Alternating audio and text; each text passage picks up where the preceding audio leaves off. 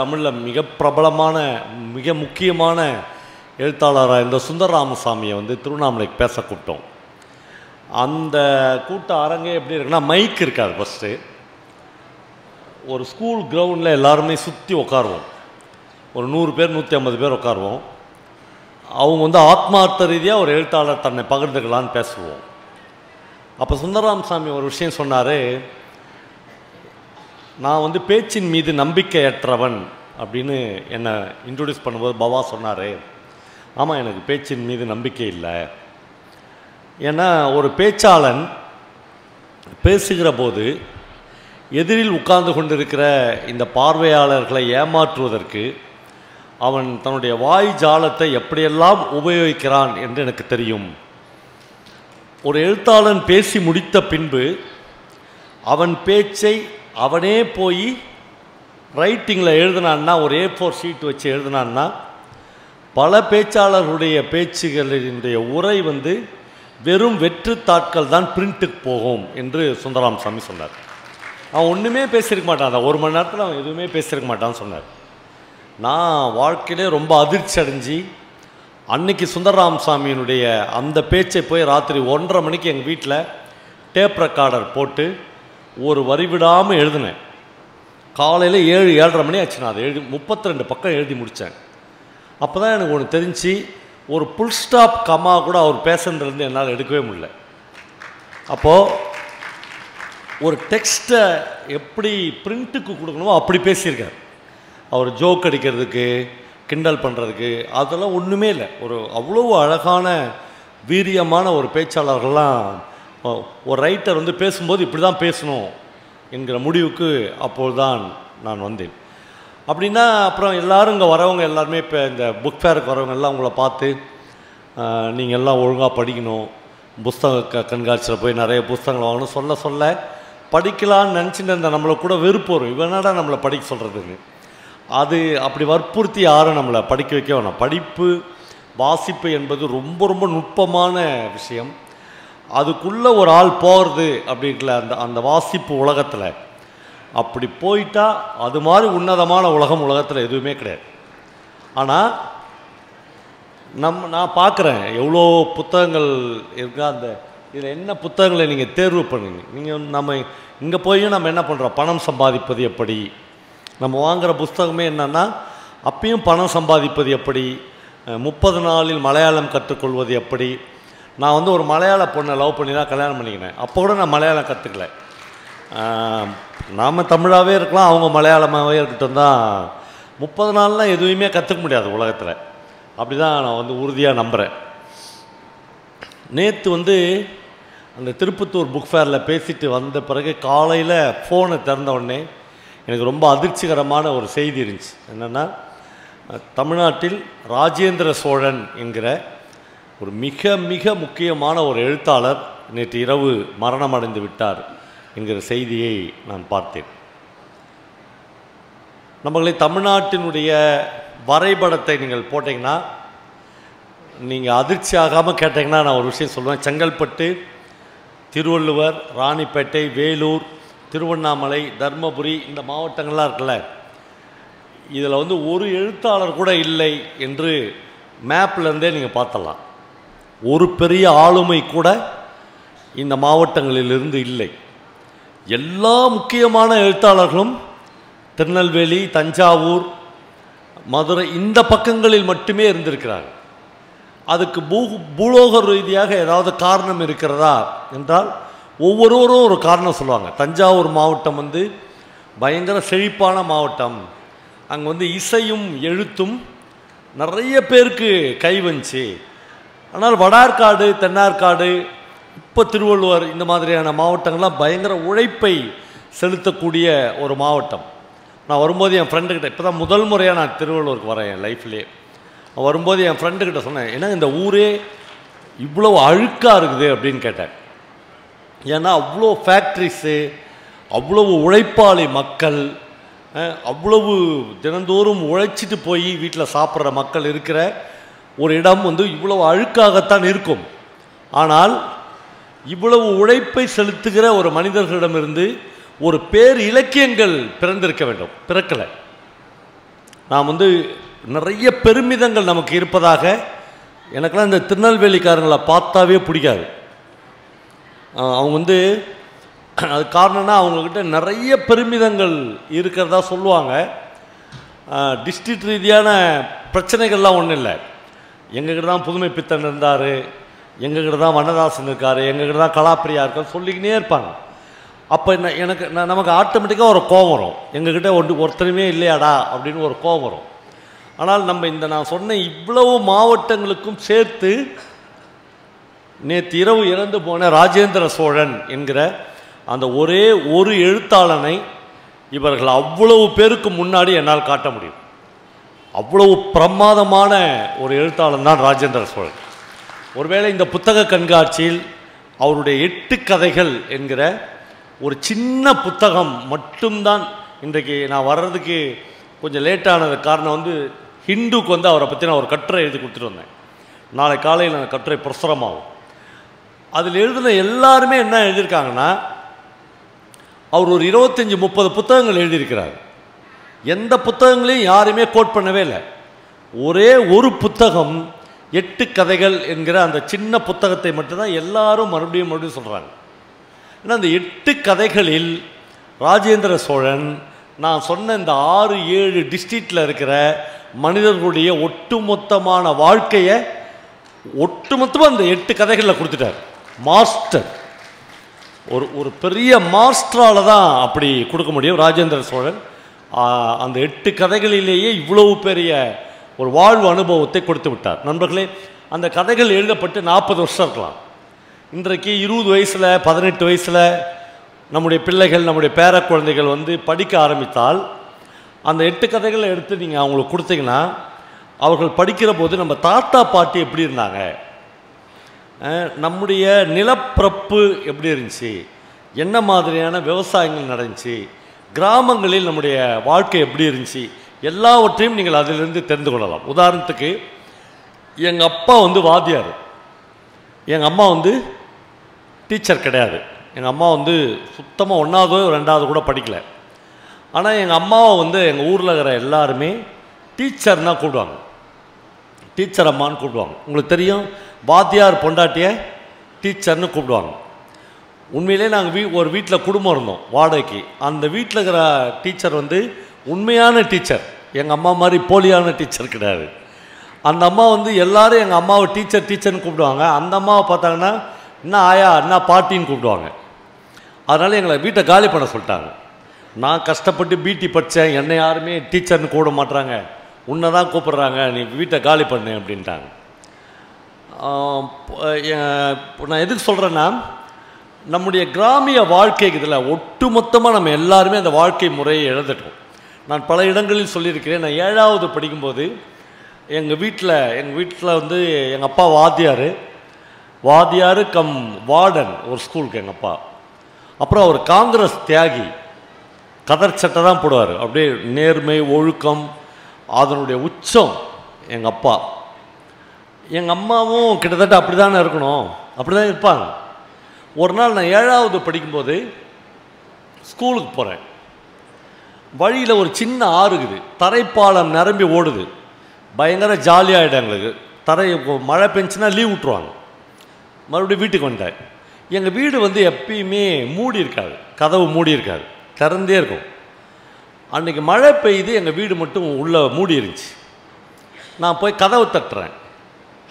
எங்கள் அம்மா கொஞ்சம் நேரம் பொறுத்து வந்து கதவை திறந்துட்டு வாய் மேலே கை வச்சு அப்படின்னு என்னை உள்ளே இழுத்துக்கினாங்க.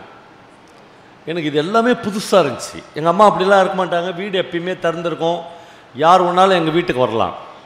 நான் என்ன அப்படின்னு நிதானிக்கிறதுக்குள்ளே நீங்கள் இருட்டில் போனீங்கன்னா கண்ணு பழக்கிறதுக்கே கொஞ்சம் நேரம் ஆகும். பார்த்தா எங்கள் வீட்டில் ஒரு உரம் இருந்துச்சு. உரம்னா சில பேர் பத்தாயம் சொல்லுவோம், குதிர் அப்படின்னு சொல்லுவோம், தானியெல்லாம் கொட்டி வைப்போம். அந்த மாதிரி எங்கள் வீட்டில் ஒரு உரம் இருந்துச்சு. அந்த உரைக்கு பக்கத்தில் இந்த உயிர் பயத்தில் அப்படியே மூச்சு வாங்க ஒரு சேவல் நின்றுக்குது. நான் சின்ன பையனாக 7வது படிக்கிறேன். நான் பார்க்குறேன் அந்த சேவல் வந்து மூச்சு வாங்க நிற்குது. எங்கள் அம்மா வந்து அந்த சேவலை பிடிக்கிறதுக்கான முயற்சி பண்ணுகிறாங்க. ஒரு நிமிஷத்தில் எனக்கு தெரிஞ்சிச்சு இது எங்கள் வீட்டு சேவல் கிடையாது, பக்கத்து வீட்டு சேவல். மழையில் எங்கள் வீட்டுக்கு வந்துடுச்சு. எப்பயுமே கதவை பூட்டாத எங்கள் அம்மா க்ளீனாக கதவை பூட்டிட்டு இந்த சேவலை வந்து இன்னும் கொஞ்சம் நேரத்தில் க்ளோஸ் பண்ணுறதுக்கான எல்லா வேலையும் செஞ்சுனுங்கிறாங்க. எல்லாமே எனக்கு புரிஞ்சிச்சு. புரிஞ்சுட்டு நான் நிதானிக்கிறதுக்குள்ளே எங்கள் அம்மாவுக்கு 10 கை முளைக்குது. 2 கை கோழியை பிடிச்சிடுச்சு. ப்ளீஸ் சார், தம்பி,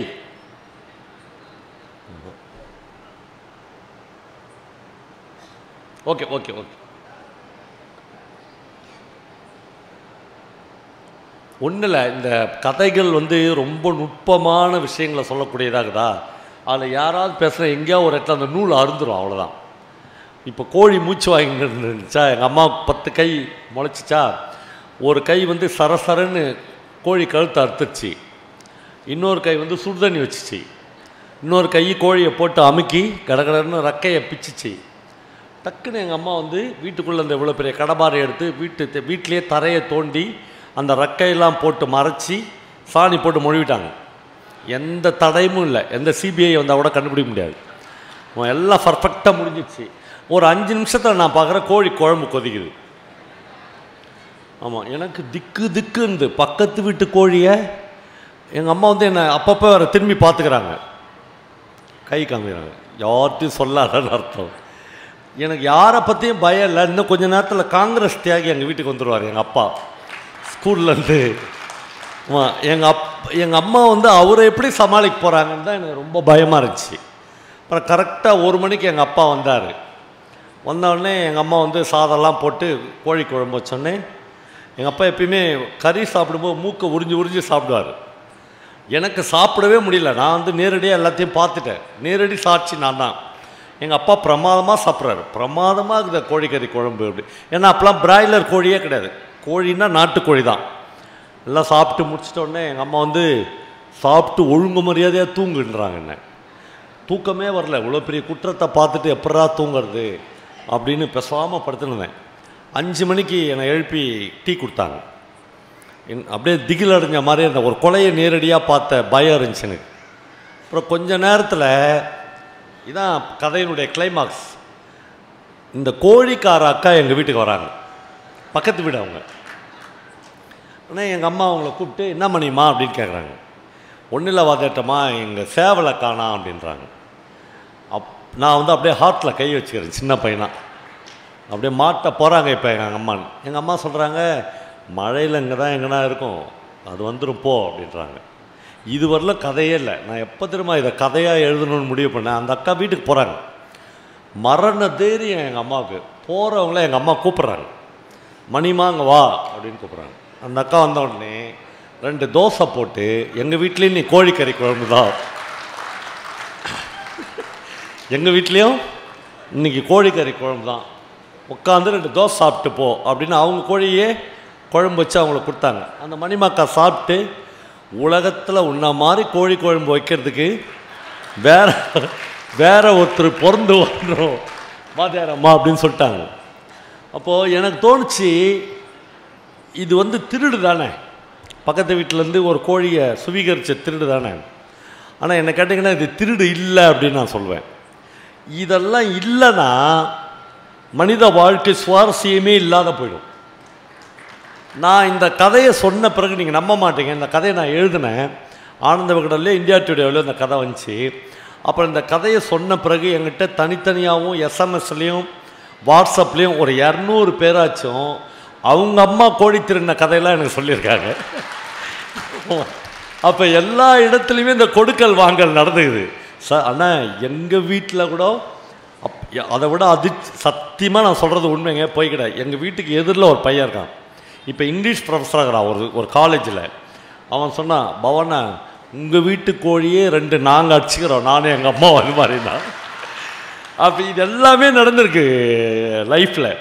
அப்போ இது வந்து மனித தீங்கற்ற திருடு. இதனால் யாருக்கும் ஒன்றும் பெரிய இழப்பு கிடையாது. இன்றைக்கி நம்ம வீட்டு சாமர்த்தியத்தில் நம்ம வீட்டு கோழியை அவங்க அடிச்சிருவாங்க, அவங்க வீட்டு கோழியை நம்ம நாளைக்கு அடிச்சிடலாம், சாமர்த்தியம் தான், அவ்வளோதான். இதில் பெரிய போலீஸ் ஸ்டேஷனுக்கு போக வேணாம், எஃப்ஐஆர் போட வேணாம், 2 வக்கீலுங்களுக்கு போய் கோழியை வந்து நம்ம பீஸா கொடுக்க வேணாம், எதுவுமே வேணாம், முடிஞ்சிடுச்சு. ஆனால் நான் நேற்று திருப்பத்தூரில் பேசும்போது ஒரு முக்கியமான மனுஷனை பற்றி பேசினேன். அவர் பேர் திருடன் மணியம்பிள்ளை. உங்களுக்கு எத்தனை பேருக்கு தெரியும் தெரியல. அவர் பேரே திருடன் மணியம்பிள்ளை. எனக்கு அவர் ரொம்ப பெரிய நண்பர். கொல்லத்தில் இருக்கார், இன்னும் இருக்கார். கொல்லத்தில் வந்து ஒரு வக்கீல் வந்து அவருடைய புத்தகத்தை வெளியிடுறதுக்காக என்னை கூப்பிட்டுருந்தார். ஆனால் நான் போனேன். இன்றைக்கி எனக்கு டிபியில் கவர்மெண்ட் கெஸ்ட் ஹவுஸில் ரூம் போட்ட மாதிரி கேரளா கவர்மெண்ட்டு கெஸ்ட் ஹவுஸில் எனக்கு ரூம் போட்டிருந்தாங்க. நான் அங்கே போன உடனே திருடன் மணியம்பிள்ளையே வர சொல்லியிருந்தேன். அவர் வந்து ஒரு சோஃபாவில் உட்காந்துருந்தார். என்னை கூப்பிட்ட லாயர் வந்து கிரிமினல் லாயர், அரசு கிரிமினல் வழக்கறிஞர். அவருக்கு வந்து நான் திருடன் மணியம்பிள்ளையை இன்ட்ரடியூஸ் பண்ணேன். சுரேஷ் சார், இவர் வந்து திருடன் மணியம்பிள்ளைன்னு. அவர் கை கொடுக்க மாட்டேன்ட்டார். அவர் கையை நடுங்குது. அவர் கேட்குறாரு, கல்வனோ அப்படின்னு கேட்குறாரு. மலையாளத்தில் வந்து திருடனா அப்படின்றாரு. நான் சொன்னேன், கல்வனே அப்படின்னேன். சொன்னோடனே அவரை ஏன் நீ வர சொன்னேன்ற மாதிரி என்ன பார்க்குறாரு. நான் சொன்னேன், ஒன்றும் இல்லை, இவர் எழுதின ஆட்டோ பயோகிராபிக்குதுல்ல, அதுக்கு தான் போன வருஷம் சென்ட்ரல் சாகித்ய அகாடமி கிடச்சிச்சு. தமிழில் திருடன் மணியம்பிள்ளை என்ற புத்தகத்துக்கு தான் சாகித்ய அகாடமியே கிடச்சி. சாகித்ய அகாடமியும் அப்படின்னார். நான் சொன்னேன், சுரேஷ், என்றைக்குமே உங்கள் புஸ்தகத்துக்கு சாகித்ய அகாடமி கிடைக்காது, மணியம்பிள்ளை மாதிரியான புஸ்தகத்துக்கு தான் கிடைக்குன்னேன். ஏன் அப்படின்னு கேட்டார். ஏன்னா என்றைக்குமே எழுத்தாளர்கள், என்றைக்குமே கலைஞர்கள், வயிறு காஞ்சவர்கள், ஏமாற்றப்பட்டவர்கள், பாலியல் தொழிலாளிகள், சின்ன சின்ன திருட்டு செய்பவர்கள், பிட்பாக்கெட் அடிப்பவர்கள், தெருவில் பிளாட்பாரத்தில் படுத்து கொண்டிருப்பவர்கள், இவர்கள் பக்கத்தில் தான் ஒரு எழுத்தாளன் எப்பொழுதும் நிற்பார். ஒருபோதும் ஒரு எழுத்தாளன் ஒரு பிஏ ஜெனரலுக்கு பக்கத்துலேயோ, ஒரு கலெக்டருக்கு பக்கத்துலேயோ, ஒரு திட்ட அதிகாரிக்கு பக்கத்துலேயோ வரவே மாட்டாங்க. உங்கள் ஏரியா வேறு, எங்கள் ஏரியா வேறு. நாங்கள் எல்லாருமே இந்த சாதாரண ஏழை பாழைகள் மத்தியில் உட்கார்ந்து வேலை பார்க்க வேண்டியவர்கள். இப்போ நான் திருடன் மணியம்பிள்ளை அவருக்கு அறிமுகப்படுத்தினா, அவருடைய ஆட்டோ பயோகிராபியில் அப்படி என்ன சார் இருக்குது, சாகித்ய அகாடமி கொடுப்பது அளவுக்கு நீங்கள் கேட்கலாம். அதில் அவர் என்ன எழுதுகிறாருன்னா, இந்த கேரளா போலீஸ் ஒரு 15 நாள் வெயிட் பண்ணியிருந்தாங்கன்னா, தாமதிச்சிருந்தாங்கன்னா, நான் சென்ட்ரல் மினிஸ்டராக இருப்பேன் அப்படின்னு அந்த புத்தகத்தை அவர் ஆரம்பிக்கிறார். என்னென்னா, திமுக மாநிலத்தில் கர்நாடகாவில் திருடன் மணியம்பிள்ளைக்கு சீட்டு கொடுத்துட்டாங்க, எம்பி சீட், ஒரு பிரபல அரசியல் கட்சி சார்பில். அவர் எம்பிக்கு நிற்கிறார். என்ன ஒப்பந்தம்னா, எம்பியாக ஜெயிச்சு வந்த உடனே அவருக்கு சென்ட்ரல் மினிஸ்டர் கொடுக்கணும். அவர் கேரளாவில் பிரபலமான திருடன், தெரியாது யாருக்குமே. அவர் அதெல்லாம் விட்டுட்டு போய் கர்நாடகாவில் செட்டில் ஆகிட்டார். 100 ஏக்கர் நிலம் வாங்கிக்கணும், வெல் செட்டில்டு. ஒரு பாயச கடை போட்டுக்கிறார் ஒரு பேருக்கு, எங்கே மைசூர் அரண்மனைக்கு முன்னாடி. அப்படி போய் செட்டில் ஆகிட்டார். எம்பி சீட்டு கிடச்சிச்சு. இப்போது சென்ட்ரல் மினிஸ்டர் அப்போ கரெக்டாக கேரளா போலீஸ் வந்து அவரை அரெஸ்ட் பண்ணிட்டாங்க. அவர் சொல்கிறாரு, அட பாவீங்களா, ஒரு 15 நாள் வெயிட் பண்ணியிருந்தீங்கன்னா சென்ட்ரல் மினிஸ்டர் ஆகிருப்பேன்னா, அப்புறம் நீங்கள் என்ன அரெஸ்ட் பண்ண முடியாது, நான் தான் உங்களை ஏதாவது அரெஸ்ட் பண்ண முடியும்னு சொல்கிறார். மணியம்பிள்ளை வாழ்க்கையில் மிக பிரமாதமான பல விஷயங்கள் அந்த புத்தகத்தில் இருக்கிறது. நான் ஒரே ஒரு இன்சிடெண்ட்டை உங்களுக்கு சொல்கிறேன். அவர் எல்லார் வீட்லேயும் போய் திருட மாட்டார், லாஜிக் வச்சுருப்பார். என்னென்னா, புதுசாக இந்த 10 வருஷத்தில் யார் யார் பணக்காரனானா, புறநகரில் அவன் எவ்வளோ பெரிய வீடு கட்டிக்கிறான், நிறைய லாஜிக் வச்சு அந்த வீட்டில் தான் திருடுவார். அந்த மாதிரி ஒரு பிரபலமான வீட்டில் போய் அவர் திருடின்னு வந்துட்டார். காலையில் வந்து வீட்டில் நிம்மதியாக தூங்குறார். சக்ஸஸ்ஃபுல்லாக ஒரு தொழில் முடிஞ்சிடுச்சு. நைட் காலையில் அந்த வீட்டுக்கு முன்னாடி ஒரு பெரிய கார் வந்து நிற்குது. அந்த வீட்டில் திருடு கொடுத்தவர் வந்து இறங்கி வந்து காலிங் பெல் அழுத்துறார். மணியம்பிள்ளை வெளியே வர்றார் தூக்க கழகத்தில். என்னாச்சு அப்படின்னு கேட்குறாரு. இல்லை அண்ணா ராத்திரி நம்ம வீட்டுக்காக வந்திருந்தீங்க பழகுது அப்படின்னு அவர் கேட்குறாரு. இவர் வந்து, நான் வரலையே, நீங்கள் வந்தது போனது என்னென்ன எடுத்துன்னு வந்தீங்க எல்லாமே எனக்கு தெரியும், அதிர்ச்சியில் இருக்கிறேன், ஆனால் நான் போலீஸ் ஸ்டேஷனுக்கு போகல, நாமளே பேசி தீர்த்துக்கலான்னு சொல்கிறார். மணியம்பிள்ளை சொல்கிறாரு, நான் உங்கள் வீட்டுக்கே வரலையாங்க, நீங்கள் ஏங்க வந்து என்ன, நீங்கள் போனால் போலீஸில் போய் கம்ப்ளைண்ட் கொடுங்கன்றாரு. அண்ணாச்சி அதெல்லாம் இல்லை, நீங்கள் வந்தது, எத்தனை பவுன் நகை அடிச்சிங்க, எவ்வளோ கேஷ் எடுத்துன்னு வந்தீங்க எல்லாமே எனக்கு தெரியும், ஆனால் அது எதுவுமே எனக்கு திருப்பி வேணாம், நான் சம்பாரிச்சிக்கிறேன், ஒரே ஒரு உண்மையை தெரிஞ்சுக்கணும் மட்டும்தான் உங்கள்கிட்ட வந்துக்கிறேன்னு சொல்கிறார். இவன் உண்மையாக தான் வந்துக்கிறான்னு மணியம்பிள்ளை அவர் பேரில் இறக்கப்பட்டு என்ன வேணும்னு கேட்குறாரு. அவர் சொல்கிறார், ஒன்றும் இல்லை, நான் புலிக்குட்டி மாதிரி 2 நாய் வளர்க்குறேன் எங்கள் வீட்டில். மனைவி இறந்துச்சு. கடைசி காலத்தில் இந்த பிள்ளைங்க கூட நம்மளை காப்பாற்றாது, ஆனால் இந்த 2 நாய்களும் நம்மளை காப்பாற்றுறோன்னு நினச்சேன். அந்த நாயை எப்படி காப்பாற்றுங்க, அந்த நாயை எப்படி ஏமாத்துறீங்கன்னு கேட்குறாரு. அந்த நாய் எப்படி உன்னை திருடுறதுக்கு அனுமதிச்சிச்சு அப்படின்னு கேட்குறாரு. இப்போ திருடன் மணியம் பிள்ளை சொல்கிறாரு, ஒன்றும் இல்லை, நான் ஒரு வீட்டில் திருட போனேன்னா, திருடுனா 11 மணி 12 மணிக்கு தானே திருடுவாங்க எல்லாரும். நான் வந்து ஒரு 8:30 9 மணிக்குள்ளே அந்த வீட்டுக்குள்ளே போய் செட்டில் ஆகிடுவேன்றார். நான் அந்த மாதிரி உங்கள் வீட்டுக்குள்ளே ஒரு 8:30 9 மணிக்குள்ளேயே செட்டில் ஆகிட்டேன். ஃப்ரிட்ஜை திறந்து பார்த்தேன், நிறைய 4 கிலோ 5 கிலோ மத்தி மீன் மசாலா போட்டு வச்சிருந்துச்சி. நான் கொஞ்சம் சோறு வடிச்சிட்டு மத்தி மீன் குழம்பு வச்சு கொஞ்சம் மத்தி ஃப்ரை பண்ணேன். இது வரலும் வீட்டில் இருக்கிற எவனும் வந்து பார்க்கவே இல்லை. அப்போ அந்த வீடு எவ்வளோ பெருசாக கட்டியிருப்பாங்கன்னு பாருங்கள். அதான், இங்கே யாராவது பெரிய வீடு கட்டியிருந்தீங்கன்னா நாளைக்கு அதை யாருக்காவது விற்றுருங்க கம்பெனிக்காரங்களுக்கு. சின்ன சின்ன வீடு ஒரு கூப்பிட்டா வர அளவுக்கு சின்னதாக வீடு இருந்தால் போதும். இல்லை, நான் ரொம்ப சீரியஸாக சொல்கிறேன். என்னென்னா, சிவாஜி கணேசன் தான்ல, நடிகர் சிவாஜி கணேசன், அவருக்கு ஒரு தாட்டி ஹார்ட் அட்டாக் வந்துச்சு. வந்து அவ்வளோ அப்போலோவில் எடுத்துன்னு போய் அவரை எப்படியோ காப்பாற்றிட்டாங்க. பாரதி ராஜா சொன்னார் எனக்கு, அவர் தான் பார்க்க போனார் சிவாஜியை. பார்க்க போனோன்னே, ஆனால் என்னென்ன ஆச்சு அப்படின்னு கேட்டுக்கிறார். பாரதி ராஜா சொல்லிக்கிறார், ஒன்றும் இல்லை ராசா, டெய்லி மதியானம் சாப்பிட்டுட்டு 3 மணி நேரம் தூங்குவேன், 5 மணிக்கு தான் எழுந்திரிப்பேன். எழுந்திரிக்கும் போது என் மனைவி கமலா போய் ஒரு கப்பு காஃபி எடுத்துன்னு வந்து கொடுப்பாங்க. அன்றைக்கி 4:30 மணிக்கே தூக்கம் போயிடுச்சு. பார்த்தா நெஞ்சு வலிக்குது, வேர்த்து கொட்டுது. டேபிளில் தான் நாக்கு கடியில் வச்சுக்கிற மாத்திரை இருக்குது, ஆனால் எடுக்க முடியல. எடுத்தால் செத்துருவேன், கீழே ஊந்துருவோன்னு பயமாகுது. அப்புறம் என்ன, அவ்வளோதான், ஜோலி முடிஞ்சிடுச்சின்னு நினச்சிட்டேன். பார்த்தா கமலா காஃபியோட 4:30 மணிக்கே வந்துட்டான். அப்புறம் என்னடா காஃபி குடித்தேன், இந்த அப்போலோவில் வந்து படுத்துங்கிறேன் அப்படின்னு சொல்லிவிட்டு அவர் ஒரு விஷயம் கேட்டுக்கிறார் பாரதி ராஜாட்ட. வீடு கட்டிட்டியா அப்படின்னு கேட்டுக்கிறார். 4 வீடு வச்சுக்கிறேன் நான். பாரதி ராஜா, 40 வீடு கூட வச்சுக்கோ. பெரிய வீடா சின்ன வீடா? பெரிய வீடு, வித்துரு. அதாவது ஏன்னா பிரபுன்னு பிரபுவை கூப்பிட்டேன், ராம்குமார்னு ஒருத்தனுக்கும் கேட்கல. அவ்வளோ பெரிய வீடு கட்டினேன்னா ஹார்ட் அட்டாக்கில் போயிடுவேன். கூப்பிட்ட உடனே பொண்டாட்டி பிள்ளைங்க வந்து பார்க்குற அளவுக்கு சின்னதாக வீடு கட்டிக்கோ, சந்தோஷமாக வாழலாம். நீ 3 மாடி 4 மாடி கட்டி லிஃப்ட்டு வச்சு காலிங் பெல் அழுத்தினா யாருன்னா வந்துடுவாங்கன்னு நினச்சேன்னா, காலிங் பெல் அழுத்தினா நாய் கூட வராது, போக வேண்டியதான், டிக்கெட் வாங்கின்னு போக வேண்டியதுதான். கமலா வரலன்னா அன்றைக்கி நான் இங்கே போயிட்டு இருப்பேன். அதே தான் இந்த சின்ன வீடில் பெரிய வீடு அவருக்கு. நாய்கிட்ட வந்து அவர் சொல்கிறார், நான் உள்ளே சமைச்சு சாப்பிட்டுட்டு தட்டில் வந்து கொஞ்சம் மத்தி மீன் வச்சு அதில் மயக்க மருந்துலாம் வச்சு உள்ளேருந்து நீங்கள் கொடுக்குற மாதிரி உங்கள் வெள்ளித்தட்டில் எங்கே போய் வெள்ளித்தட்டில் போய் நாய்க்கு சாப்பாடு வச்சுக்கிறா பாருங்க. யார் வீட்டு வெள்ளித்தட்டோ அது வச்சு உள்ளேருந்து அனுப்பிச்சேன். உங்கள் நாய்ங்க ஏமாந்து சாப்பிட்டுச்சு, ஃப்ளாட் ஆயிடுச்சு. அப்புறம் நான் என் வேலையெல்லாம் சக்ஸஸ்ஃபுல்லாக முடிச்சுக்கின்னு 1:30 மணிக்கு வீட்டுக்கு வந்துட்டேன். தூக்கமாகுது, என்னை டிஸ்டர்ப் பண்ணாதீங்க, நான் போய் தூங்க போகிறேன்ட்டார் மணியம் பிள்ளை. அந்த வீட்டுக்காரு அங்கேருந்து நேராக நாய்கிட்ட வந்தார். நாய் 2ம் அவரை பார்த்தோன்னே காலை தூக்கி அப்படியே குதூகலிக்குது. அவரே ஏற்கனவே வயிற்றுச்சலில் வர்றார். இந்த நாயால் தான் நம்ம இப்படி ஆனோன்னு அவர் சொல்கிறார். நாய்கிட்ட வந்து பேசுகிறார்,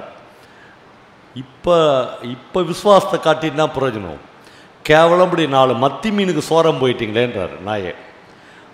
ஒரு 4 மத்தி மீனுக்கு சோரம் போய் என்னை காட்டி கொடுத்துட்டீங்களே, எங்கள் வீட்டில் எல்லா திருடும் போயிடுச்சேன்னு சொல்கிறார்.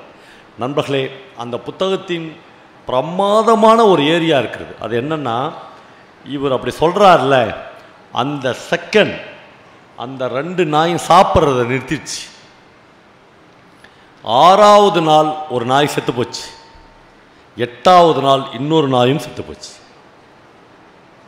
ஒரு விசுவாசத்தை காண்பிக்க மறந்த நாம் இதற்கு மேல் உயிரோடு இருப்பதில் நியாயமில்லை என்று அந்த 2 நாய்களும் செத்துப்போனதாக திருடன் மணியம் பிள்ளை அந்த புத்தகத்தில் எழுதுகிறார். அப்போ அது வெறும் ஒரு திருடனின் ஆட்டோபயோகிராபி இல்லை. அந்த ஆட்டோபயோகிராபிலிருந்து நாம் கற்றுக்கொள்வதற்கு ஏராளமான விஷயங்கள் இருந்து கொண்டே இருக்கின்றன. மறுபடியும் இந்த வாழ்க்கை நமக்கு பல விஷயங்களை திரும்ப திரும்ப சொல்லிக்கொண்டே இருக்கிறது. இலக்கியம் ஏன் சார், இலக்கிய கூட்டத்துக்கு இன்றைக்கி ஏன் சார் இப்போ 400-500 பேர் உட்கார்ந்து கேட்கிறீர்கள்? எதுக்கு இந்த புத்தக கண்காட்சியில் இவ்வளவு புத்தகங்களை வாங்கி நம்முடைய பிள்ளைகளுக்கு கொடுக்க வேண்டும் என்று நாம் ஆசைப்படுகிறோம் என்றால், நாம் இதுவரை வாழ்ந்த வாழ்க்கையை அல்லது நாம் வாழ்ந்து கொண்டிருக்கிற வாழ்க்கையை சரிதானா என்று இலக்கியம்தான் கேள்வி கேட்கும். எல்லா நுட்பங்களையும் அது நமக்கு ஏதோ ஒரு விதத்தில் சொல்லிக் கொடுத்து கொண்டே இருக்கும். ஜெயகாந்தனுடைய ஒரு கதை இருக்கிறது. அந்த கதையில் கண்ணு தெரியாத ஒரு பெரியப்பாவின் முன்னால் கண்ணு தெரிந்த அவருடைய சொந்த தம்பி சுருட்டி பிடிக்க மாட்டார், தனியாக போய் பிடிப்பார். அவங்க பையன் ஒரு நாள் கேட்பான், பெரியப்பாவுக்கு தான் கண்ணு தெரியாத, அவர் எதிரில் நீ சுருட்டி பிடிச்சா என்ன? அதற்கு அந்த அந்த தம்பியாக இருக்கிற அந்த சின்னவர் சொல்வார், அவருக்கு கண்ணு தெரியாமல் இருக்கலாம், ஆனால் எனக்கு கண்ணு தெரியுமே என்று சொல்வார். இந்த எனக்கு கண்ணு தெரியுமே என்று அவர் சொன்னார்ல, அதுதான் லிட்ரேச்சர், அதுதான் இலக்கியம். இந்த இடத்தை கற்றுக்கொள்வது என்பது துரதிர்ஷ்டவசமாக நம்முடைய பாடத்திட்டங்களில் இது இல்லை. நம்முடைய பாடத்திட்டங்களில் இலக்கியங்கள் ஒரு மாதிரி ஒரு வாத்தியார்த்தனத்தோடு போதிக்கப்படுகிறார்கள். இலக்கியத்தை வாசிப்பதற்கு ஒரு தனி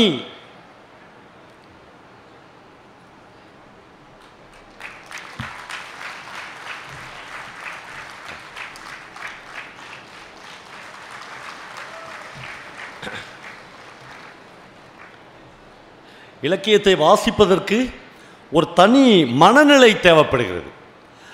இப்போ இங்கேருந்து போய் நீங்கள் எல்லாருமே ஒரு புத்தகத்தை வாங்கி போய் படிச்சிட முடியுமா என்றால் மிக நிச்சயமாக அப்படி வாசிக்கவே முடியாது. வாசிப்பதற்கென்று ஒரு தனியான ஒரு மனநிலை தேவைப்படுகிறது. அந்த மனநிலைக்குள் ஒரு சாதாரண மனிதன் போவது என்பது ரொம்ப ரொம்ப கஷ்டமான ஒரு விஷயம். ஆனால் அப்படி போயிட்டிங்கன்னா அது ஒரு அற்புதமான உலகத்திற்கு உங்களை கூட்டின்னு போயிடும். அதுதான் இலக்கியத்தினுடைய ரொம்ப ரொம்ப முக்கியமான விஷயமாக எனக்கு தெரிகிறது. ஒரு 2 விஷயத்தை நான் உங்களோட பகிர்ந்து கொள்ள விரும்புகிறேன். ஒன்று, நேற்று திருப்பத்தூர் புத்தக கண்காட்சியில் பேசுகிற போது நான் ஒரு விஷயம் சொன்னேன். எனக்கு தமிழில் ரொம்ப பிடிச்சமான எழுத்தாளர்கள் சுந்தரராம் சாமியினுடைய எழுத்துக்கள் எனக்கு ரொம்ப பிடிக்கும். அவர் பிரசாதம் என்று ஒரு கதை எழுதியிருக்கிறார். நீங்கள் நெட்டில் தேடி இந்த கதைகளை எல்லாம் எடுத்துடலாம். அந்த கதை என்னன்னா, 40 வருடத்துக்கு முன்னால் எழுதப்பட்ட ஒரு கதை.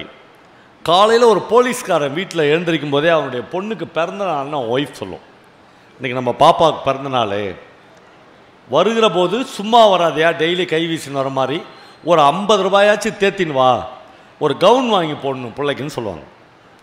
இப்போ போலீஸ்காரன் காலையில் வீட்டில் புறப்படும் போதுலேருந்து எந்த மூஞ்சியை பார்த்தாலும் 50 ரூபாயாக பார்ப்பார். ஒரு 50 ரூபாய் தேருமா இவங்ககிட்ட இருந்துன்னு பார்ப்பார். சுந்தரராம் சாமி அந்த கதையில் எழுதியிருப்பார், அன்றைக்கி பார்த்து தமிழ்நாடே திருந்திட்ட மாதிரி இருக்கும். யாருமே ட்ரிபிள்ஸ் போக மாட்டாங்க. எல்லார் வண்டியிலையும் அப்போ டைனமோ இருக்கும், பர்ஃபெக்டாக சட்டம் ஒழுங்கு இருக்கும், டிராஃபிக் ரூல்ஸை எல்லாரும் கடைபிடிப்பார்கள், பர்ஃபெக்டாக இருக்கும். எங்கேயுமே அவனுக்கு 50 ரூபாய் தேராது. கடைசியாக அவன் ஒரு டீ கடை முன்னாடி உட்காந்து காலையில் ஒரு 11 மணிக்கு ஒரு டீ குடிக்கலான்னு ஒரு ஆர்டர் பண்ணிட்டு உட்காந்துப்பான். அப்போலாம் போஸ்ட் பாக்ஸ் டீ கடையாக நல்லா இருக்கும், பார்த்துருப்பீங்களா? ஆமாம், நம்ம ஜென்ரேஷன் பார்த்துருக்கலாம். இவங்க பார்த்துன்னு இருக்கும்போதே ஒரு ஐயர் வருவார், கோயிலுக்கு பூஜை பண்ணுகிற ஒரு ஐயர். அவர் சட்டெல்லாம் போட்டுக்க மாட்டார், பூணூல் தெரிய வருவார். ஒரு பெரிய தபால் எடுத்துன்னு அந்த போஸ்ட் பாக்ஸ்குள்ளே போடுவார். போடுறப்ப தான் அவருக்கு தெரியும், ஏற்கனவே எவனோ போட்ட ஒரு லெட்ரு உள்ளே சிக்கின்னு இருக்கும், இந்த லெட்ரு போகாது. அதனால் இவர் இந்த கையில் அந்த லெட்டரை எடுப்பார். இப்போ இவர் கையில் 2 லெட்டர் வந்துச்சு. போலீஸ்காரு இதுக்காகவே காத்துன்னு இருந்த மாதிரி எதேச்சா தான் பார்ப்பார். நேராக ஐயரை அப்படின்னு கையை பிடிச்சிடுவார். இந்த லெட்ரு திருடுற ஆள் நீதானான்னு கேட்பார். ஆமாம், இவர் சொல்லாரு, நான் ஏங்க லெட்டரை திருடுறேன், லெட்டரை போய் திருடினா அதெல்லாம் நீ சொல்லாத. எஸ்பி ஆஃபீஸ்லேருந்து ஸ்பெஷல் டியூட்டிங்க இதுக்காக தான் டீ கடையில் வச்சு என்னை போட்டுக்கிறாங்க, உன்னை பிடிக்கிறதுக்கு தான் போட்டாங்க, நீங்கள் மாட்டிக்கணும், நீ கையங்கடமா வான்னு கூப்பிடுவார். நான் ஏன் சார் லெட்டரை திருட போகிறேன், இந்த லெட்ரு இது உள்ளே அடைச்சின்னு இருந்துச்சு, நான் அதை எடுத்துகிட்டு என் லெட்டரை அதெல்லாம் நீங்கள் சொல்லாத, போலீஸ் ஸ்டேஷனுக்கு வாங்குவார். அந்த ஐயர் போலீஸ் ஸ்டேஷனுக்கே இதுவரை வாழ்க்கையில் போகாதவர். அப்படி யாருமே இருக்கக்கூடாதுன்னு நான் நினைக்கிறேன். நாமெல்லாம் வாழ்க்கையில் 2 தடவையாச்சும் போலீஸ் ஸ்டேஷனுக்கு போகணும். ஆமாம், அந்த எஸ்ஐயோ இன்ஸ்பெக்டரோ 2 திட்டினா வாங்கிக்கணும். ஒரு தடவையாச்சும் கோர்ட்டில் அந்த கூண்டில் ஏறி பார்க்கணும். முடிஞ்சால் நான்லாம் எனக்கெல்லாம் அதெல்லாம் ரொம்ப பிரியங்குது. ஒரு நாள் 2 நாளாச்சும் ஜெயிலுக்குள்ளே இருக்கணும். ஆமாம், இதெல்லாம் இருந்தால் தான் மனிதனுக்கு ஒரு பேர் அனுபவம் கிடைக்கும். இதெல்லாம் இல்லவே இல்லை. இப்போ அந்த ஐயருக்கு பாருங்கள், போலீஸ் ஸ்டேஷன் எப்படி இருக்குன்னே தெரியாது அவருக்கு. அங்கே எவன் உட்காந்துப்பான், இன்ஸ்பெக்டர் எப்படி, எந்த அனுபவமே கிடையாது. அவர் கேட்பார், நீ போலீஸ் ஸ்டேஷனுக்கு வாங்கினார். ஐயோ, அங்கேயே ஹார்ட் அட்டாக் வந்துடும் அவருக்கு. போலீஸ் ஸ்டேஷனா? இவன் போலீஸ்காரன் சொல்லுவான், போன உடனே ஃபஸ்ட்டு வார்த்தை எங்கள் எஸ்ஐ எதுவுமே கேட்க மாட்டார். யார் உள்ள நுழைஞ்சாலும் பலான்னு 2 அரைச்சல் பொழுதிலே கொடுப்பான். அப்புறம் தான் விசாரணையே. இப்போ இவருக்கு அப்படியே கை காலெலாம் நடுங்க ஆரம்பிச்சிடும். நான் ஒன்றுமே பண்ணலைங்க, அதெல்லாம் நீ இங்கே சொல்லாத, அங்கே வந்து சொல்லு. இப்படி இவர்கள் 2 பேரும் பேசிக்கொண்டே இருப்பார்கள். மனித வாழ்க்கையினுடைய உன்னதங்கள் தருணங்கள் இருக்குல்ல, அதை நம்ம ஈஸியாக கண்டுபிடிச்சிடலாம். இவங்க 2 பேரும், இவன் மிரட்டுவான், அவர் பயப்படுவார், இவன் கீழே இறங்கினே இருப்பான், அவர் மேலே ஏறிக்கினே இருப்பார். ஒரு கட்டத்தில் டக்குன்னு போலீஸ்காரர் சிரிச்சிடுவார். சிரிப்பு வந்துடும் அவர். சிரிச்சுட்டு, அட கேன பையனாகிறையா, ஒரு 50 ரூபா கொடுன்னு கேட்டுருவார். அவரே 50 ரூபா கொடுக்குறேன்னு சொல்லுவார்னு இவர் எதிர்பார்ப்பார். அவர் பயப்படாதவரே காசு அவுக்குற மாதிரி இருக்காது. இவர் கடைசியில் சொல்லுவார், ஒரு 50 ரூபா கொடு. கதையினுடைய கிளைமாக்ஸ் பிரமாதம். இப்போ ஐயர் சொல்லுவார், இல்லை நம்ம போலீஸ் ஸ்டேஷனுக்கே போகலாம் வாங்கன்னு கூடுவார். உடனே இந்த போலீஸ்கார், யோ அவ்வளோ சாதாரணம் கிடையாது, போகலான்ற. போன உடனே எங்கள் எஸ்ஐ நாகர்கோயில்காரு, படா இருக்கட்டுங்க, பொண்டாட்டியா பிள்ளையா, எனக்கு 2 அடி தானே, வாங்கிக்கிறேன் பரவாயில்லன்னு. இல்லையா, கோர்ட்டில் கேஸ் போட்டான்னு நீ பூஜையே பண்ண, பரவாயில்ல விடுங்க, இங்கே கோயிலில் படுத்துனுங்கிறத விட ஜெயிலில் தான் படுத்துனுங்கிறனாங்க. இப்படியே பேசுவார், வேறு வழி இருக்காது. இப்போ இவர் எப்படியே விட்டுட்டும் போக முடியாது. சரி வான்னு கூப்பிடுவாங்க. பஜாரில் 2 பேரும் போவாங்க. அந்த காட்சியை சுந்தரராமசாமி எழுதுகிறாரு. ஐயரு நடந்து போகிறாரு, போலீஸ்காரு சைக்கிளை தள்ளின்னு போகிறாரு. கொஞ்ச நேரம் இவர் முன்னாடி போகிறாரு, கொஞ்ச நேரம் அவர் முன்னாடி போகிறாரு. யாரை கூட்டின்னு போகிறாங்கன்னு தெரியல. ஜனங்கள்லாம் பார்க்குறாங்க, போலீஸ்கார் ஐயரை கூட்டின்னு போகிறாரா, ஐயர் போலீஸ்காரை கூட்டின்னு போகிறாருன்னு தெரில. போலீஸ் ஸ்டேஷன் கிட்ட 2 பேரும் போயிட்டாங்க. போயிட்ட உடனே போலீஸ்கார் நிறுத்தி ஐயர்கிட்ட சொல்கிறாரு, சாமி இனிமேல் இந்த மாதிரி லெட்டர்லாம் திருடாது, போலீஸ் ஸ்டேஷனுக்கு உள்ளே போக வேணாம், நான் உன்னை மன்னிச்சிட்டேன், வீட்டுக்கு போங்கன்னு சொல்கிறாரு. ஐயர் சொல்கிறாரு, என்னங்க இது அநியாயமாகுது, இவ்வளோ தூரம் வந்துட்டோம், இன்னும் 10 அடி உள்ளே வச்சா போலீஸ் ஸ்டேஷனு, உள்ளே போய் எஸ்ஐயே பார்த்து 4 வார்த்தை சொல்லிட்டு போயிடுறேன்ன்றார். யோ என்னை வயிற்றுச்சல் கலப்பாத போயான்றார். இல்லை நான் போக மாட்டேன், நான் எஸ்ஐயை பார்த்துட்டு தான் போவேன்னு அவர் நிற்கிறார்.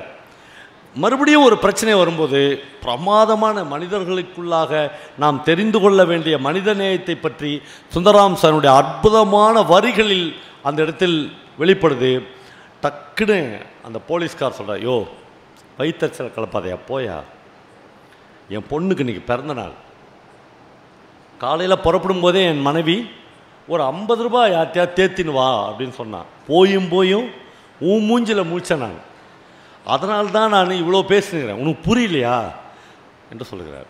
நண்பர்களே, இப்போ பஞ்சகச்சம் கட்டி கொண்டு இருக்கிற அந்த ஐயர் தன்னுடைய மடியிலிருந்து அவிழ்த்து 100 ரூபாயை அந்த போலீஸ்காரனுக்கு கொடுக்குறாரு. கொடுத்துட்டு சொல்கிறாரு, பாப்பாவுக்கு கவுன் வாங்கி போடு, சாயங்காலம் என் கோயிலுக்கு கூட்டின்னு வா, நான் அவள் பெயரில் ஒரு சிறப்பு ஆராதனை பண்ணித்தரேன், புள்ள பேஷாக வருவா, நல்லபடியாக வருவா என்று சொல்கிறார். போலீஸ்காருக்கு கண்ணில் தண்ணி கலங்குறது. போயிட்டு வரேன் என்று சொல்லும்போது ஐயருக்கு மறுபடியும் கைத்தட்டி கூப்பிட்றார். போலீஸ்கார் 1ஆம் தேதி சம்பளம் வாங்கினோடனே இந்த 100 ரூபாயை மறக்காமல் கொடுத்துருங்க, நம்மளுக்கு வேறு எந்த வழியிலையும் காசு வரல, பூஜை பண்ணாதான் நீங்களாம் தட்டில் போடுற 4 நாள், அப்போலாம் 4 நாள் 8 நாள் தான், இப்போ தான் இந்த 10,000 20,000 1 லட்சம்லாம், இந்த 4 நாள் 8 நாள் வச்சுருந்தா ஏதோ வயிற்ற கழுவிக்கிறேன், ஆனால் 1ஆம் தேதி சம்பளம் ஆனோடனே கரெக்டாக காசை கொடுத்துருங்க என்று சொல்கிறார். நம்மளே இந்த கதை நான் படித்து ஒரு 25 வருஷம் இருக்கும். 25 வருஷத்துக்கு பிறகு இந்த கதையை நான் உங்களுக்கு நினைவுபடுத்தி சொல்கிறேன். அவ்வளவு வாழ்க்கையினுடைய பல்வேறு தருணங்களை மனிதர்கள் ரொம்ப பிரமாதமாக ஜி நாகராஜன் என்கிற ஒரு எழுத்தாளர் சொல்கிறாங்க. மனிதன் ஒரு மகத்தான சல்லிப்பயல் என்று சொல்கிறான். வெறும் சல்லிப்பயல் இல்லை, மகத்தான சல்லிப்பயல். அவன் இந்த 2 பேரும் பாருங்க, எவ்வளவு சல்லிப்பயனாக அந்த போலீஸ்காரர் தான், ஆனால் எவ்வளவு மகத்தான மனுஷனாக அவனே மாறுகிறான். அந்த ஐயர் இவன் பார்வையில் ஒரு மிகப்பெரிய சல்லிப்பையன், 50 ரூபாய் கொடுக்கறதுக்கு வக்கு இல்லாமல் இவ்வளவு பேசி கொண்டு இருக்கிறான். ஆனால் ஒரு தருணத்தில் 100 ரூபாய் கொடுக்கிறான். உன் குழந்தைய கூட்டினு வா, நான் ஆராதனை பண்ணி தருகிறேன் என்று சொல்கிறார். மனிதன் எந்த நேரத்தில் அவனுக்கு எதை செய்ய வேண்டும் என்று தெரிந்தே இருக்கிறது. கீராஜ நாராயணன் மின்னல் அப்படின்னு ஒரு கதை எழுதிக்கிறார். அதே கதையை மேலாண்மை பொன்னுச்சாமியும் எழுதியிருக்காரு. இந்த தென் மாவட்டங்களில் பஸ்ஸில் ட்ராவல் பண்ணுறாங்கல்ல, இப்போல்லாம் அது போயிடுச்சு. டவுன் பஸ் வரும், 60 பேர் ஒரு டவுன் பஸ்ஸில் ஏறலாம். ஆனால் கிராமத்தில் குறைஞ்சது ஒரு 150லேருந்து 200 பேர் ஏறுவான் டவுன் பஸ்ஸில். மாடியில் ஏறுவான், படிக்கட்டில் நிற்பான், அந்த கம்பியில் ஏறுவான், டிரைவர் தோல் மேலே 2 பேர் உட்காருவான், டிரைவர் மடி மேலே உட்காருவான். அவனை யாருமே எதுவுமே கண்ட்ரோலே பண்ண முடியாது. அந்த மாதிரி எல்லாரும் பஸ்ஸில் ஏறுவாங்க. ஏன்னொடனே இந்த உலகத்தில் இருக்கிற எல்லா கெட்ட வார்த்தைகளையும் அந்த பஸ் ட்ராவலில் நீங்கள் கேட்டலாம். தென் மாவட்டங்களில் என்னென்ன கெட்ட வார்த்தை இருக்குதோ அவ்வளவும் பிரயோகிக்கப்படும். இந்த பஸ்ஸு டிரைவர் கண்டக்டருக்கிறான்ல, அவன் டெய்லி இதெல்லாம் கேட்டு கேட்டு உயிரே போயிடும். ஆனால் டே சத்தம் போடாத வாங்கடா, சண்டை போடாத வாங்கடான்னு சொல்லினே போவான். திடீர்னு நிறுத்துன்னு ஒரு சத்தம் கேட்கும். வண்டியை பிரேக் அடிச்சு நிறுத்துவான். அந்த பஸ்ஸில் வந்த பொண்ணுக்கு பிரசவ வலி, யாருமே அவளை உட்கார சொல்ல மாட்டாங்க, நின்னே இருப்பான். கடகடன்னு பஸ்ஸில் இருக்கிறாங்க எல்லாருமே இறங்கிடுவாங்க. பார்த்தா 2-3 பேர் அண்டர்வேரோடு நின்று வேட்டி அவுத்து பஸ்ஸுக்குள்ளே கொடுப்பான். அம்மா திரை கட்டிக்குங்க. ஒரு 10-15 நிமிடத்தில் அந்த பஸ்ஸுக்குள்ளேயே அந்த பொண்ணுக்கு பிரசவம் ஆகிடும். ஒரு குழந்தை பிறக்கிற சத்தம் கேட்கும். எல்லார் முகத்திலும் சந்தோஷம். கொஞ்ச நேரத்துக்கு முன்னாடி சண்டையும் சச்சரவும் கெட்ட வார்த்தையும் பேசின மனிதர்களின் மத்தியில் சந்தோஷம் பொங்கி வழியும். எல்லாரும் பயங்கர சந்தோஷமான. கண்டக்டர் ஒரு விசில் கொடுப்பார், எல்லாம் ஓடி போய் மறுபடியும் சீட் பிடிப்பாங்க. சீட் பிடிச்சோடனே ஒருத்தர் சொல்லலாம், உட்கால ஓடி நான் உட்காந்த சீட்டுறா இது அப்படின்னு ஆரம்பிப்பான். அவளோட மறுபடியும் மனிதர்கள் பழைய மனுஷங்களாக மாறிவிடுவார்கள். அவனுக்கு எப்பொழுது மனித நேயத்தை வெளிப்படுத்த வேண்டும், எப்பொழுது ஈரம் கசிய வேண்டும், எப்பொழுது சாதாரண மனிதனாக இருக்க வேண்டும் என்பது எல்லா மனிதர்களுக்கும் தெரிந்தே இருக்கிறது. இதுதான் இலக்கியத்தினுடைய மிக மிக முக்கியமான தருணமாக இருக்கிறது. நம்மளே பர்வீன் சுல்தானா வந்துட்டாங்க. அவங்க உங்களோடு மிக நீண்ட ஒரு உரையாற்றுவார்கள். நான் இன்னும் அதிகபட்சமாக ஒரு 10 அல்லது 5 நிமிடத்தில் முடித்துக் கொள்கிறேன். ரொம்ப ரொம்ப முக்கியமான ஒரு கதையை உங்களோடு பகிர்ந்து கொள்ள வேண்டும் என்று ஆசைப்பட்டேன். இந்த கதை என்னுடைய நண்பர் எஸ் லட்சுமண பெருமாள் எழுதின ஒரு பிரமாதமான கதை. கதை என்னென்னா, ஐஸ் விற்கிறவனை இப்போ சமீபத்தில் நீங்கள் எங்கேயா பார்த்தீங்களா? ஐஸ் விற்கிறவங்க நம்ம எவ்வளோ பேர் பார்த்துக்கிறோம். ஆனால் இப்போ ஐஸ் விற்கிறவங்க வர்றதில்லை, ரா பிச்சைக்காரர்கள் வர்றதில்லை. கவனிச்சிங்களா? ஆமாம், ரா பிச்சைக்காரர்களே வர்றதில்லை. அம்மா தாயேன்ற குரலே கேட்கறதில்ல. அவனுக்கெல்லாம் ரோஷம் வந்துடுச்சு. உங்ககிட்ட கேட்குறத விட நான் காசி ராமேஸ்வரம் போயிடறேன்னு அங்கே போயிட்டான்னு நினைக்கிறேன். அவங்க யாருமே வர்றதில்லை. தேவா அங்கே எடுத்துன்னு நம்ம குழந்தைய கொடுத்து தோஷம் கழிப்பல்ல, இல்லவே இல்லை. ஒரு வகையில் நம்முடைய தெருக்களை இவர்கள் யாருமே இல்லாத நம்முடைய தெருக்கள் சுடுகாடு மாதிரி ஆகிவிட்டது. ஒரு ஐஸ் விற்பவன் ஒரு ஐஸை போய் காலையில் எடுத்துகிட்டு அந்த பாக்ஸ்குள்ளே வச்சு சாயங்காலத்துக்குள்ளே விற்றா எவ்வளோ ரூபாய்க்கு விற்றுருவான்? ஒரு 200 ரூபாய்க்கு விற்றுருவானா? ஒரு 200 ரூபாய்க்கு விற்றா அதில் எவ்வளோ ஐஸு கரைஞ்சி போயிடும். அவனுக்கு எவ்வளோ நிற்கும்? ஒரு 20 ரூபா 30 ரூபாய்க்கு கூட ஒரு ஐஸ் விற்பவனுக்கு நிற்காது. ஆனால் இந்த ஐஸ் விற்பவனுக்கு 7 பெண் குழந்தைகள் இருக்கும். இந்த குழந்தை ஆம்பளை குழந்தை, இந்த குழந்தை ஆம்பளை குழந்தை அப்படின்னு 7ஆவதும் பெண் குழந்தையாக பிறந்துடும். 7ஆவது குழந்தைக்கு அவர்கள் செல்லமாக ஒரு பெயர் வைப்பார்கள். அந்த குழந்தைக்கு பெயர் வேண்டா, ஸ்டாப்.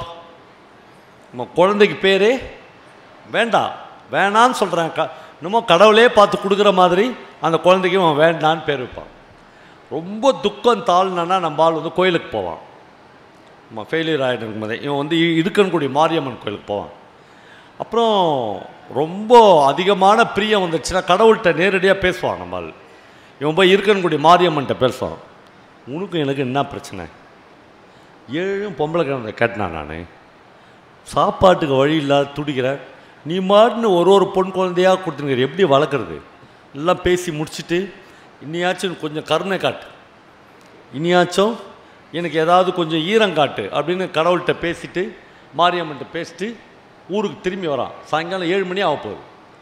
வந்தால் இதே கதை தான். பஸ்ஸில் ஒரே கூட்டம். பஸ்ஸில் கர்ச்சீப் போட்டு துண்டு போட்டு எல்லோரும் சீட் பிடிப்பாங்கள்ல, இவன் உட்காந்துட்டான். உள்ளே போய் ஒரு அம்மா ஜன்னல் வழியாக ஒரு குழந்தைய போட்டு சீட் பிடிக்குது. அது வந்து துண்டுக்கு பதில் குழந்தைய போடுது. ஏமா ஏமா இருமான்னு இவன் சொல்லும்போதே தொப்புன்னு வந்து ஒரு குழந்தை சீட்டில் விழுது. இவன் அந்த குழந்தைய ஆதுரமாக எடுத்து பார்க்குறான். பொம்பளை குழந்தை, அதுவும் கபீர்ன்றவனுக்கு. ஏற்கனவே வீட்டில் 7 பொம்பளை குழந்தை இருக்குது.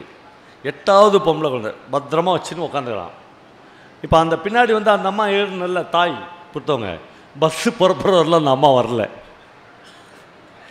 இவன் குழந்தைய தூக்கினு, ஏமா குழந்தை யாருதுமான்னு யாருமே இல்லை.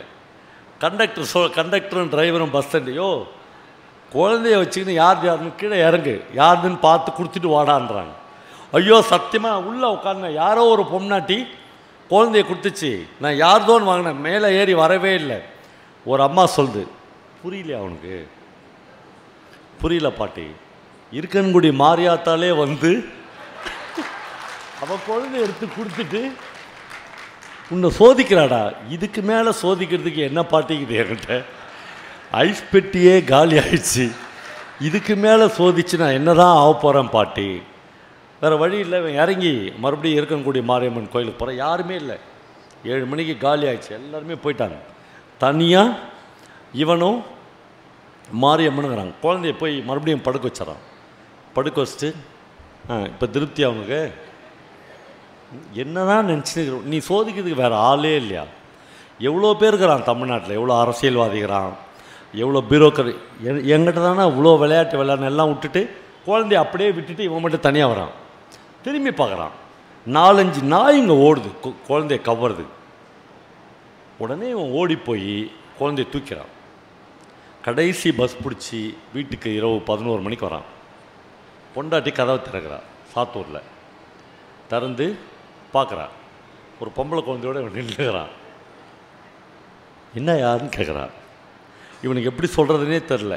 ஒரு பஸ்ஸில் போனேன், ஒரு அம்மா குழந்தைய கொடுத்துச்சு, அப்புறம் வர எதுவுமே நம்புகிற மாதிரி இல்லை. இவன் நிற்கிறான். நின்று என்னை ஒன்றும் பண்ணிடாத, நீ எதனா என்ன பண்ணனா வெள்ளச்சாமி நாடார் கணத்தில் செத்துருவேன். சத்தியமாக ஒரு அம்மா வந்து குழந்தைய கொடுத்துச்சு, வரவே இல்லை. நான் எடுத்துன்னு போய் மாரியாத்தாக்கிட்டே கொடுத்துட்டு வந்துடலான்னு தான் போனேன். நாய் வந்து கவ வந்துச்சு, என்ன பண்ணுறதுனே தெரில, அதனால தான் எடுத்துன்னு. பொண்டாட்டி வீட்டை பார்க்குறா. 7 பெண் குழந்தைங்களும் லைனாக படுத்துனுக்குது. இந்த கடைசி பெண் குழந்தை வேண்டாதான் கடைசியாக படுத்துனுங்கிறா. இந்த குழந்தைய வாங்குறா. வாங்கி இப்போ பொண்டாட்டி எப்படி ராட்சசியாக மாற போகிறான்னு இவன் தயாராகிறான். ஆனால் அவள் அந்த குழந்தைய வாங்கி பார்த்துட்டு சொல்கிறா, இந்த குழந்தை என்னையா, இன்னும் 10 குழந்தையை கூட்டின்னு வந்து என்கிட்ட கொடு, நான் வளர்க்கிறேன். இந்த 2 கையும் 2 காலும் நன்றாக இருக்கிற வரையில் இந்த மாதிரி எத்தனை குழந்தைகளையும் வளர்க்க நான் தயாராக இருக்கிறேன். என்ன ஐஸ் விற்று 1 கிலோ அரிசி தான் வாங்கின்னு வருவியா? என் 7 குழந்தைங்க சாப்பிடுமா? 8வதாக இந்த குழந்தைக்கும் கொஞ்சம் கஞ்சி சேர்த்து வைக்கிறேன் என்று சொல்கிறார். சாதாரண மனிதர்களுடைய அறம், சாதாரண மனிதர்களுடைய வாழ்க்கை, சாதாரண மனிதர்களுடைய ஒழுக்கம், நாம் சாதாரண மனிதர்கள் என்று சொல்லக்கூடிய மனிதர்களுடைய அபரீதமான பிரியம், இதற்கு எந்த middle class, upper middle class, பணக்கார வர்க்கத்து மனிதர்கள் யாரும் அவங்க கிட்டேயே போக முடியாது. கடைசியாக ஒரு தகவலை சொல்லி முடித்துக் கொள்கிறேன். என்னுடைய நண்பர் கந்தர்வன் தான் என்று ஒரு கதை எழுதியிருக்கிறார். அவர் புதுக்கோட்டை ட்ரெஷரி அலுவலகத்தில் ட்ரெஷரி ஆஃபீஸராக வேலை பார்த்தார். ஒரு நாள் சாயங்காலம் ஒரு 5:30 மணிக்கு வெளியே வந்து டீ குடிக்கலாம் என்று வருகிறார்கள். வெளியிலேயே ஒரு டாக்டருடைய டிஸ்பென்சரி, ஒரு அம்மா கைத்தாங்களாக தன்னுடைய கணவனை கூட்டின்னு போகிறாங்க. நோயாளி கணவனை டாக்டர்கிட்ட காமிக்கிறது. இவர்கள் பார்த்து கொண்டு இருக்கும்போதே அந்த ஆள் தவறி கீழே விழுந்துடுறான். முதல் மாடியிலேருந்து எல்லாரும் ஓடுறாங்க, ஐயோ ஐயோ ஐயோன்னு ஓடுறாங்க. அடிப்பட்டு ரத்த சகதியாக அந்த ஆளை மேலே தூக்கின்னு போகிறாங்க. டாக்டர் வந்து பார்த்துட்டு, பிழைக்காது, பயங்கர கஷ்டம். முடிஞ்சால் தஞ்சாவூர் மெடிக்கல் காலேஜுக்கு எடுத்துன்னு போங்க. அப்போ இப்படி போய் தூக்குனாங்கல்ல, அதில் ஒரு ஆள் தான் இந்த கதையை எழுதுகிறார். அவர் பெயர் கந்தர்வன். அவர் போய் அந்த டாக்டர்கிட்ட கேட்குறாரு. அவர் ரொம்ப மறக்காமல் அந்த சமயத்திலும் 200 ரூபா ஃபீஸ் வாங்குறாரு ஃபஸ்ட் எய்ட் பண்ணுறது. அவர் டிஸ்பென்சரில் தான் இப்படி ஒரு விபத்தே நடந்திருக்கு. அப்புறம் கீழே வந்து அந்த அம்மாட்ட கேட்குறாரு, பணம் வச்சுக்கிறீங்களாம்மா வீட்டில்? இல்லை சார், இன்றைக்கி டாக்டர்கிட்ட வர்றதே 50 ரூபா கடன் வாங்கிட்டு வந்துக்கிறேன். ஒரு அம்பாசிடர் கார் பிடிச்சி காரை எங்கள் வீட்டுக்கு ஓட்டுங்கன்றார். கார் அவர் வீட்டுக்கு போகிறது. அவர் பிஎஃப்பில் லோன் போட்டு 7500 வச்சுக்கிறார். கதை 40 வருஷத்துக்கு முன்னாடி கதை. 7500 எடுத்துக்கின்னு தஞ்சாவூர் மெடிக்கல் காலேஜ் காரை ஓட்டு என்று சொல்கிறார். கார் போகிற போது கந்தர்வன் எழுதுகிறார், என் கூட 5-6 பேர் ஓடி வந்தான் அவனை தூக்கிறதுக்கு, எவனுமே இல்லை. என் கூட 100 பேர் நின்றான், ஒருத்தனும் இல்லை. நான் மட்டும்தான் மீந்திருக்கிறேன். அப்படி என்றால் மற்றவர்களுக்கு இல்லாத இந்த அக்கறை எனக்கு மட்டும்தான் இருக்கிறது. மற்றவர்களுக்கு இல்லாத மனித நேயம் எனக்கு மட்டும்தான் கொடுத்து. எப்படி கிடைத்தது என்றால், நான் படித்த மார்க்சியம், நான் இருக்கிற தொழிற்சங்கம், நான் நேசிக்கிற சமூகம், இதுதான் மற்றவர்களிலிருந்து என்னை இவ்வளோ பெரிய மனிதனாக மாற்றியிருக்கிறது. கார் இப்பொழுது தஞ்சாவூரை நோக்கி போகிறது. டைம் பார்த்தா 11:30 மணி. போகிற போது அவனுடைய தலை இவருடைய மடியில் இருக்கிறது. கந்தர்வன் யோசிக்கிறார், இந்த ஆள் யார்? 5 மணிக்கு முன்னாடி வரலும் இவன் யாருன்னு எனக்கு தெரியாது.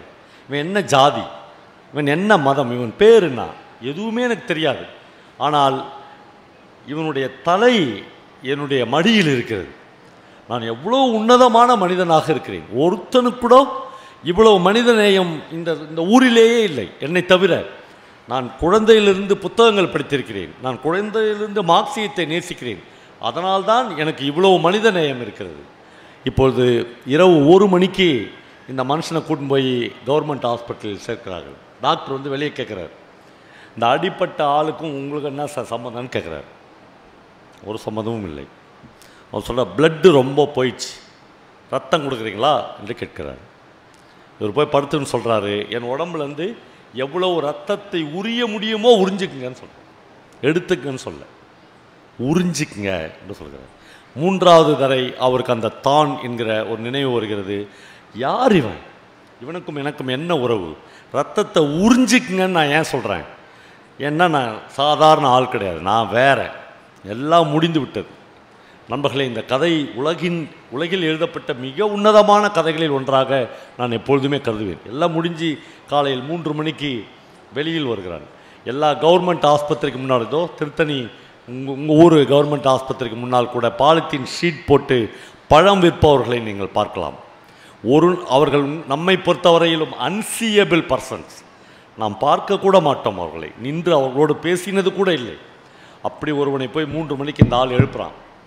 ரொம்ப டயர்டாக, ஒரு சாத்துக்குடி ஜூஸ் போட்டு தரையா என்று கேட்கிறான். ஒரு 4 அடி உயரத்தில் ஒரு அழுக்கு வேட்டியை அதையே பெட்ஷீட்டாக போர்த்தி படுத்து கொண்டு இருக்கிற ஒரு ஆள் எழுந்துச்சி 5 சாத்துக்குடி பழத்தை போட்டு ஒரு ஜூஸ் போட்டு கொஞ்சம் ஐஸ் போட்டு இவருக்கு கொடுக்குறான். சாப்பிட்றாரு. சாப்பிட்டுட்டு அப்போ தான் கொஞ்சம் புத்துணர்ச்சி வருது. ஒரு 100 ரூபா எடுத்து அந்த ஜூஸ்காரன்ட்ட கொடுக்குறாரு. அவன் தூக்க கலக்கத்திலே கேட்குறான், சார் ரத்தம் கொடுத்தியா சார்ன்னு கேட்குறான். நான் கையில் பேண்டைடு இருக்குது, ரத்தம் கொடுத்தா பேண்டைடு. ரத்தம் கொடுத்தியா சார் என்று கேட்குறான். ஆமாம், ரத்தம் கொடுத்த யார்த்தையுமே நான் காசு வாங்க மாட்டேன் சார். நேற்று சாயங்காலம் 5 மணியிலிருந்து இந்த நிமிடம் வரையிலும் இவருக்குள் ஏறி ஏறி இறங்கின அந்த தான் என்கிற உணர்வு எல்லாம் ஐஸ் கட்டி மாதிரி அந்த இடத்திலேயே கரைந்து போகிறது. நண்பர்களே, என் வாழ்க்கையில் நான் வாழுகிற இன்னும் கொஞ்ச நாளில் அந்த ஜூஸ் கடைக்காரன் மாதிரி இருந்து விட்டால் போதும். ஒரு பழைய வேட்டி எனக்கு சொந்தமானதாக இருந்தால் போதும். எனக்கு வேறு இந்த உலகத்தில் வேறு எதுவுமே தேவையில்லை. அந்த ஜூஸ்காரனுக்கு இருக்கிற அந்த மனநிலையோடு நாம் இந்த உலகத்தில் வாழ நேர்ந்தால் கலையும் இலக்கியமும் நமக்கு வசமாகும். நாம் இந்த மேடையில் நின்று பேசுவதற்கு தகுதியானவனாக நான் என்னை அப்போதுதான் உணர்வேன். வாழ்க்கையையும் இலக்கியத்தையும் தனித்தனியாக ஒருபோதும் என்னால் பிரிக்கவே முடியாது. இது என்னுடைய வாழ்க்கையிலிருந்து இலக்கியத்தை எடுத்துக்கொள்ளலாம், இலக்கியத்திலிருந்து வாழ்வை எடுத்துக்கொள்ளலாம். இது ரெண்டையும் அந்த ஜூஸ் கடனை போல நான் இருக்க வேண்டும் என்று ஆசைப்படுகிறேன். என் வாழ்க்கை முழுக்க சாதாரண மனிதர்களின் பக்கம் இருந்து தாஸ்தாவஸ்கியில் ஆரம்பித்து இன்றைக்கு எழுத ஆரம்பித்திருக்கிற ஒரு இலக்கியவாதி வரையிலும் எப்பொழுதுமே பாவப்பட்ட மனிதனின் பக்கத்தில் தான் நிற்பான். இந்த புத்தக கண்காட்சியில் இருக்கிற பல லட்ச புத்தகங்களும் பாவப்பட்ட மனிதர்களுக்காக, குரலற்ற மனிதர்களுக்காக எழுதப்பட்டவைகள் தான். நாம் ஒரு வகையில் இந்த மனிதர்களோடு கைகோர்த்து நிற்பது மட்டும்தான் நம்முடைய ஆன்ம பலத்தை அதிகரிக்கும், நம்முடைய அறத்தை இந்த உலகிற்கு செப்பனிட உதவும். நன்றி. இந்த தகவல் உங்களுக்கு பிடிச்சிருந்தா லைக் பண்ணுங்க, உங்க ஃப்ரெண்ட்ஸுக்கு ஷேர் பண்ணுங்க, மறக்காம எங்க சேனலுக்கு சப்ஸ்கிரைப் பண்ணுங்க.